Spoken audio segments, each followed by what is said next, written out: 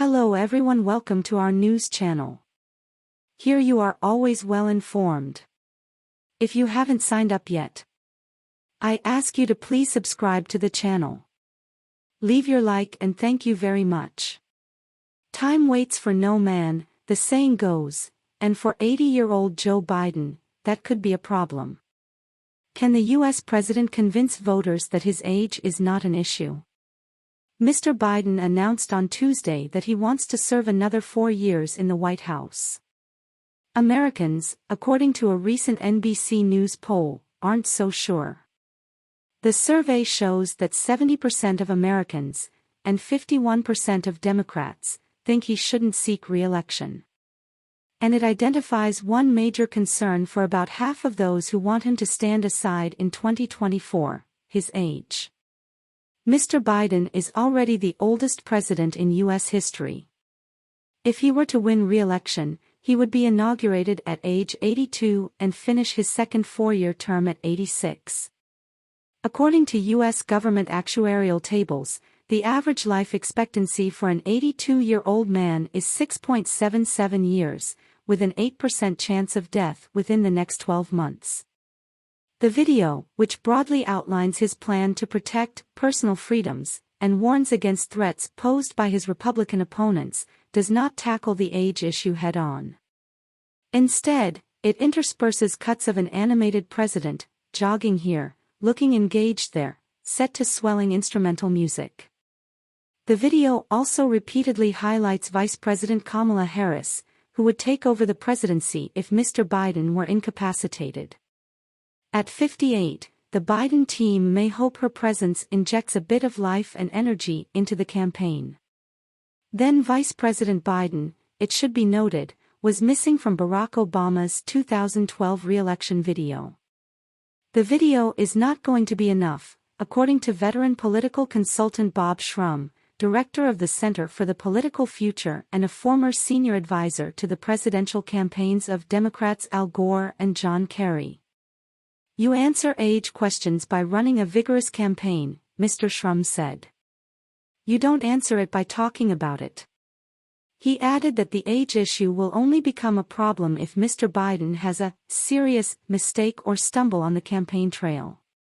And if that's the case, the Republicans, who are already trying to amplify every Biden gaffe, will be ready to make the case that Mr. Biden is no longer fit for the presidency. Last year, 54 Republicans in the House of Representatives signed a letter to the White House expressing concern about Mr. Biden's cognitive state and demanding that Mr. Biden take a dementia test. The letter went on to list a number of Biden missteps and misstatements during his presidency. These recent gaffes are not isolated incidents, as they are part of a larger history of your actions which exemplify cognitive decline, the letter read. These kind of pointed concerns have been echoed by Donald Trump, who is currently the leading contender for the Republican 2024 presidential nomination. At political rallies in the run-up to the midterm congressional elections last year, Mr. Trump frequently played a video for the crowd of Mr. Biden's various gaffes and stumbles. Joe Biden can't speak clearly, Mr. Trump said when introducing the video at an October rally in Arizona. He can't think clearly. Biden v. Trump, the sequel few Americans want to see. Hopeful, disappointed, uneasy, Democrats on Biden. The other Democrats running for president in 2024 election. According to Jim Messina, who ran Barack Obama's 2012 re-election campaign, Democrats may be counting on Mr. Trump, who is only 4 years younger than Mr. Biden, to help defuse the age issue. Voters say, look, they're both old, Mr. Messina told the BBC Americast podcast. Tell me who's going to make my life better. Democrats do one thing every night, he continued. We sit down, and we get on our knees, and we pray to God that Donald Trump is the Republican nominee for president. Mr. Biden also faced questions about his age 4 years ago, although the nature of the presidential race in the midst of the COVID-19 pandemic helped insulate the candidate from some of the exposure that comes with a national primary and general election campaign. And in the end, The age issue was a non-factor in Mr. Biden's victory over Mr. Trump. This time around, Mr. Biden will enjoy the benefits of campaigning as the incumbent president. That includes travel on Air Force One and attending political events that are meticulously planned not just by professional campaign staff but also by the president's extensive security detail. It is a very different type of experience to what non-incumbent candidates must face. His rivals will have to battle through primaries in the snows of New Hampshire and Iowa, often running on shoestring budgets and competing in a crowded field which can take more than a year to vanquish. That will give Mr. Biden the luxury of a running start against his Republican opponent.